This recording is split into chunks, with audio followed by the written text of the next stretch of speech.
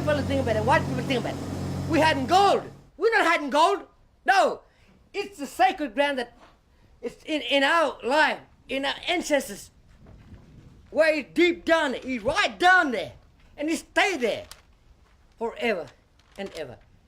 And true, my people, you and me, they think about it, white people, they think, they don't want us to go there because they might be got gold or oil or something. I don't know what sort of mineral we're hiding. We're not hiding any mineral. No, we're not greedy. Black people, we're not greedy. We just want to protect a sacred ground. We want the land left alone. White people to bring people together for That those is something days. you discuss with the traditional owners after they got the piece of paper that says it's There are their land. decisions which nobody but the traditional owners The can idea that black man is the lowest of the low. We want our land. You know, they say, you know, what do the Aboriginals do? You know, well, we were fighting for land. While this created so much strength and a willingness to succeed, it empowered who we are. Taking this flag as a symbol to the government for us to be recognized that we are the rightful owner of this land. Starting to surface the people, the community, taking responsibility or having an opinion, you know? They knew what they wanted, but they just didn't know how to get it out there. But as journey went on, it got clearer. If you can imagine that we were all birds in a cage. Sorry, the cage was the Aboriginal Act. So they removed the Aboriginal Act and said, okay, little birds, you can fly now. But they fed us here. They had to stay in that reserve, and they wanted to, you know, because they couldn't get out and go back to their homelands, they wanted to build something for themselves within that reserve. Re-establish housing. The process has, I suppose, given us a reminder that we don't slow down, don't forget, you know. We've relaxed a little bit, and then we see negativity come back out again. For the first time, Australia has recognised the legal existence of Aborigines prior to white settlement. Well, I wouldn't use the word militancy. I'd like to use the word that they are making decisions about themselves, rather than sort of having a militant attitude. So, making decisions like this, I think it's the first time, and I think it's only right for them to do this. As we started to grow, we started to, I suppose, evolve as a community and empower not only our people, but empower our families. That's when they started coming together and they danced. Like most things that usually are born, I think the first thing was confusion, you know, because we're thinking like, what is impact communities? That was like a base, a foundation for everybody to start thinking about their homelands, because that's something always in their heart and on their minds. What we've done as the empowerment communities is we've moved towards giving everyone a voice. And like looking at Andrew now, one of the many young leaders that's up and coming, that you gotta trust them, you know. I'm doing culture. The boys are caring for country, and Naomi's in arts. Well, excuse me. Not I think, I know that they established something that they never thought that would happen. And the strength in this community is growing stronger, but we need to all move together to grow even stronger.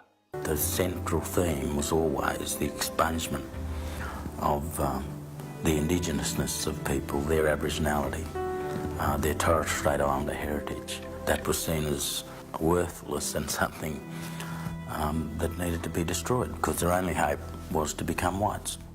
I said there's two kinds of struggle. One can tear you down, and one can build you up. Hi, my name is Andrew Gibson. I'm originally from Mossman Gorge. My name is Greta McGreen, and I'm from Hopewell. My name's Naomi Hobson, and I'm a Kanji woman from Cowan. It's great that they would have said, "Oh, you're going to be a leader. I'll go to these forums." As a rep from Mossman Gorge, I would have just walked out the door. I would have just had a cup of tea and a biscuit and walked out the door. One day came and I was walking up and I went down to the nursery to have a look. So he took me down there to have a look at the nursery and I just shook my head and I said, okay. Cowan's never had a space where people could come in and, tell their story through art. We've never really had a space to create. So this is one of a kind. It's first of its kind. And that's something that I want to preserve, also to look after this country, Yalanji country, Mossman Gorge as well, and a beautiful country because it is a healing place. And then I started planting, then started selling, and I'm still planting. It's about growing it. It's taking it to the next level. That's something that what my dad did and what they did on this walking trail. Now I got all my certificates through different courses. I can open it all hours of even if during the evening, I would. And now I'm a casual supervisor now for the nursery, and I'm 54 years of age, and I'm still working. To the mothers and the fathers, the brothers and the sisters, for the breaking up of families and communities, we say sorry. If you're on alone, you cannot be heard. But if you speak with a uniting body, you'll be heard.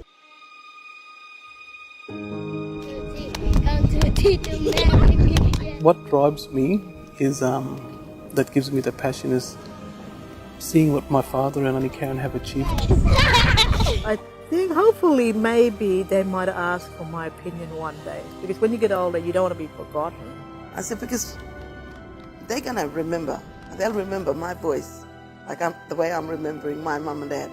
I mean, the challenges are still here today, and that is education. We've still got a long way to go in order to really have a younger generation to grab the responsibility. Because these responsibilities have to compromise, and you're going to have to leave your own community. And you can go away to Canberra and go to school and pursue your dreams and stuff. But we also want you back here, I think they're still learning how to do things. Stay in school and get that education, but their grassroots, never to forget their culture, where they come from. If our elders were still alive with us today, they'd be here. Our ancestors were still alive with us today. I reckon they'd be right in the middle of it all. They wouldn't want to miss it. If you could just put yourself in their shoes and trying to understand the pressure of trying to succeed without the support because of factors that have taken every chance that your family had to succeed. But I think this was their vision. It was all mind, body, and soul. We're a special race.